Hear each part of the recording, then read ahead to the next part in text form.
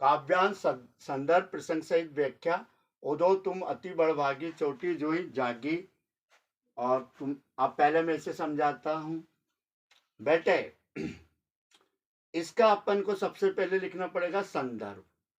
क्षैतिज यहाँ जो प्रस्तुत काव्यांश क्षैतिज भाग 2 के पद नामक पाठ से लिया गया है। इसके रचनाकार हमारे सूरदास जी हैं। क्या है रचनाकार? सूरदास। गोपियां उद्धव को ताने मारते हुए, व्यंग करते हुए, प्रसंग ऐसे लिखे। गोपियां उद्धव को बड़भागी करते हुए उन पर छीटा कसी व्यंग कर रही हैं। अब व्याख्या। उद्धव तुम हो अति बड़भागी, उद्धव तुम तो बहुत ही भाग्यवान हो, उद्धव तुम तो बहुत ही भाग्यवान हो, जो श्री कृष्ण के समीप रहते हुए उनके प्रेम जाल में नहीं उलझे, उनके प्रेम जाल में नहीं उलझे। आपकी स्थिति उद्धव इस प्रकार है, जैसे पानी में रहते हो कमल पर कोई दाग नहीं लगता, उस प्रकार आप भी श्री कृष्ण के प्रेम से बिल्कुल अछूते हो, बिल्कुल अछूते हो, दूर हो। तुमने तो श्री कृष्ण के प्रेम सागर में पैर ही नहीं रखा। दूसरी बात, दूसरा एग्जाम्पल भी देती। आपकी स्थिति इस प्रकार है उद्धव जी कि आप जो है, जो मटके, तेल से भरे मटकी को पर पानी का बिल्कुल प्रभाव नहीं पड़ता, उस प्रकार आपकी स्थिति है। परंतु हम तो, हमारी स्थिति उन चींटियों के समान है जो गुड़ से लिपट कर चिपट कर मर जाती हैं। हम भी श्री कृष्ण के प्रेम में बिल्कुल उलझ गए हैं, फंस गए हैं, और हम भी कभी भी प्राण त्याग कर सकते हैं। ये बताना चाह रही हैं। इतना अच्छे से लिखिएगा। फिर से बोल दो तो, उद्धव तुम अति बड़भागी हो, श्री कृष्ण के पास में रहते हुए उनके सौंदर्य प्रेम में नहीं उलझे। पहला लिख दो, फिर आप उदाहरण देना। उद्धव तुम्हारी स्थिति तो इस प्रकार की है कि पानी में रहते हो कमल के पत्तों पर पानी का दाग नहीं लगता है।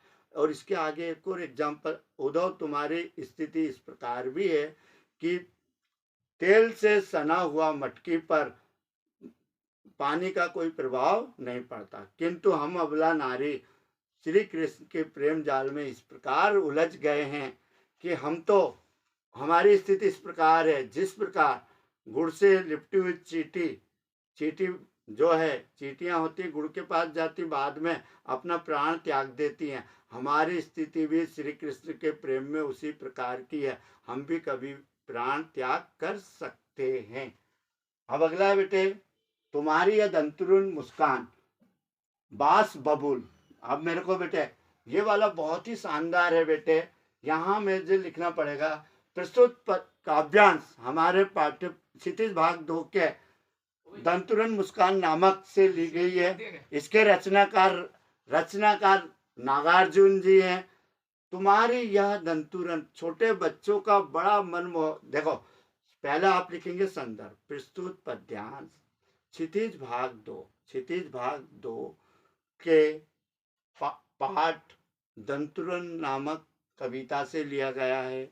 इसके रचनाकार नागार्जुन जी हैं। ओके, अब प्रसंग। दंतुरन मुस्कान का, बच्चे की दंतुरन मुस्कान का बड़ा मनमोहक वर्णन किया। प्रसंग मतलब क्या समझ? इशारा करते हो, इशारा मतलब किस ओर कविता इशारा कर रही है उसे बच्चों प्रसंग बोलते हैं।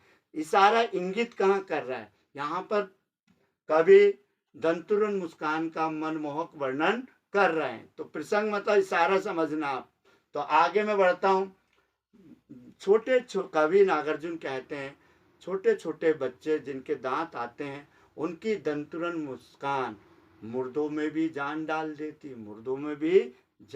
देती। उदास मन वाले भी और दुखी मन वाले भी, डिप्रेस पर्सन भी उनकी मुस्कान देखकर प्रसन्न हो जाते हैं। ये बात याद रखें।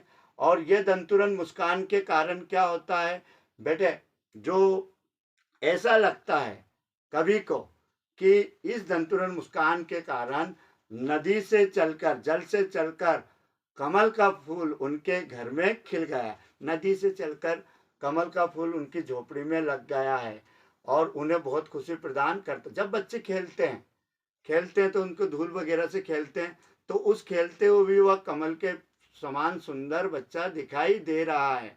अगला इसी में आपको लिखना पड़ेगा, कमल के फूल की तरह दिखाई देता।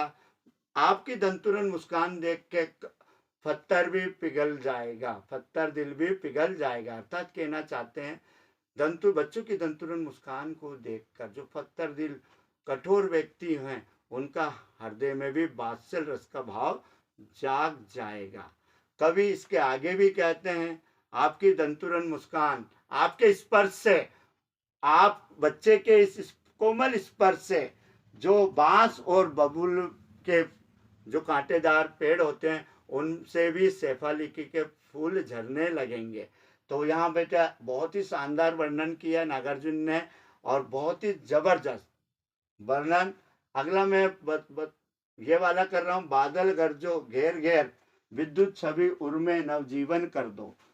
यहाँ कवि बादलों से, कवि नागार्जुन साहब उत्साह है निराला, सूर्यकांत त्रिपाठी निराला।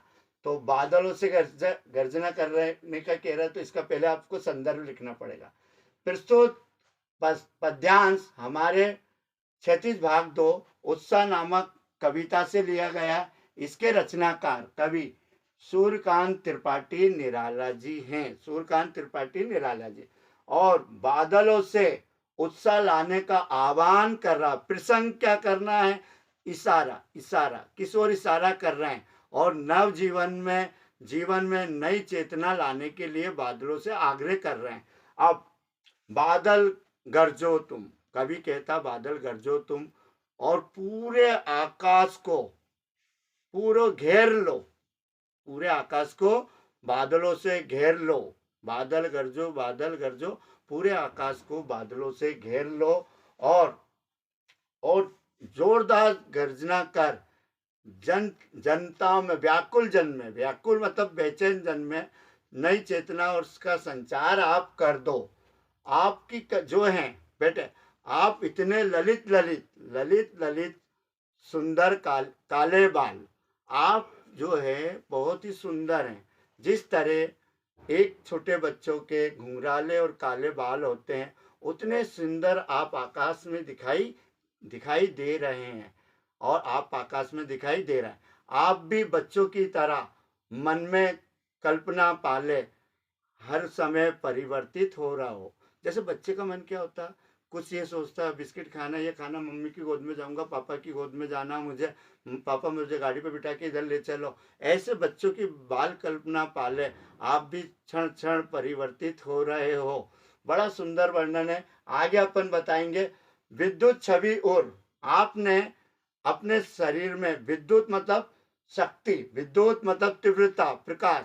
आप जब बादल गरजता है तो उससे बिजली निकलती है और उस हृदय में आप उसे समेट कर उत्साह का संचार कर दो। और बादलों से यह भी किया है, नए जीवन में कवि कहते हैं बादलों से कि नए आप बरस कर नया जीवन फिर से आ जाए। धरती तप्त हो चुकी है, पानी पहली बारिश होगी, जोरदार गर्जना होगी, तो सारे नए जीवन फिर से, पेड़ पौधे नए उगना प्रारंभ हो जाएंगे, फूल भी का बीज अंकुरित हो जाएगा, पेड़ पौधे के बीज अंकुरित हो जाएगा, उनमें नए जीवन का संचार कर दो। Thanks for watching my video. जय हिंद, जय भारत।